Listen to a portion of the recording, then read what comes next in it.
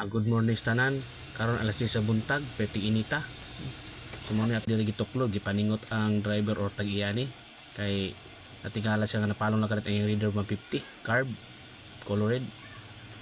Tingala siya nga nung na gikalit ang stock ball og di na gin mo andar og na display o tan-aw na mo na display nya itangtang na mga cover daan kay mura man o lutay man karangon mura mag loss compression so kay nahitabuan ni na kurintyo among gi krang so ang tag-iya nagpahulay pa kay paningot na basa kay sanina gabi na tinuklura sa reader dito pagikan sa Bilis Street. So wala na may dugay-dugayon pa kung ano man na dugay-dugayon ng unita amo nang tangtang og baklas sa ulo para may bala na mo usay ni tabo sa lalog sa iyang sulod sa iyang motor kumo kay karagon.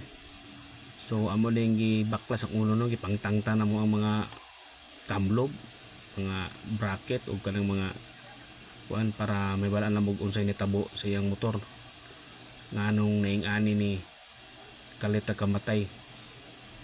So gi-check na mo na may kuryente o na gasolina.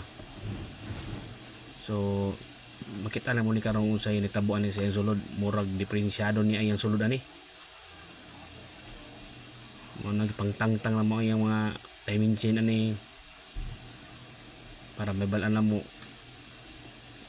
ang exhaust and intake camlob niya dili siya rocker arm camlob ni mura siya auto. So ganyan na magtangtang no nabaklas siya o amo ning ligwaton para matangtang na hinayin na mo ni og angat arsa.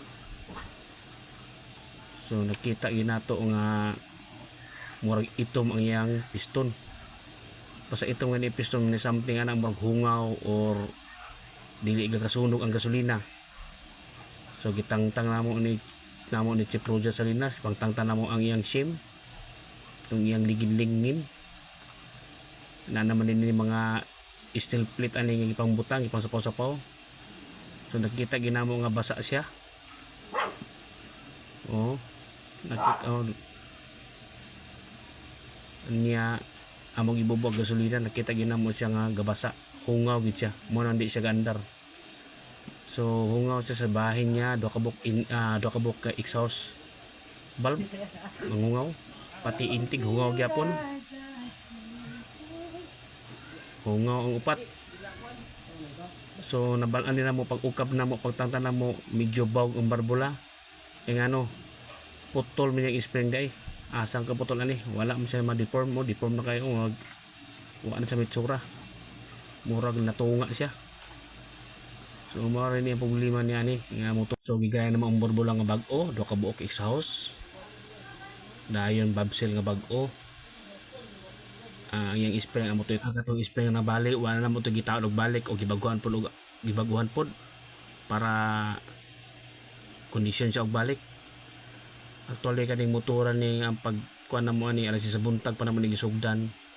So amo ning ipambalik tanan gipang timing ng utro og simbol ng utro kung giunsa nimo pagtangtang mao pod yung pagbalik para dili sa musuntok o di na siya magsinumbagay ang yang barbula ng piston. Ang i-assemble gi-timing na namo ginaina na mag-uli giunsa nimo pagtangtang ug mao pod pa imong taod kinahanglan yon nga pastar gid siya para dili siya na kinahanglan mo tuyok gid siya ug dili siya mo ungot pinaka-importante kay na kay basig magbangga ng piston dia og barbula mga bag-o ra ba na. So gihinay kabira na namo kay amo lang pandaron gi-assemble na namo tao na mo karburador para makadagan na kay ang tagiyani murag kauli-on na gid siya kay napasigi at ang pinpin importante kayo nitirik lang gid ang motor na timingan lang gyud nga napalong yung motor mo na dili sa chef na niya gidagan og ato gyud giayo. Thank you for watching to all everyone and God bless you all.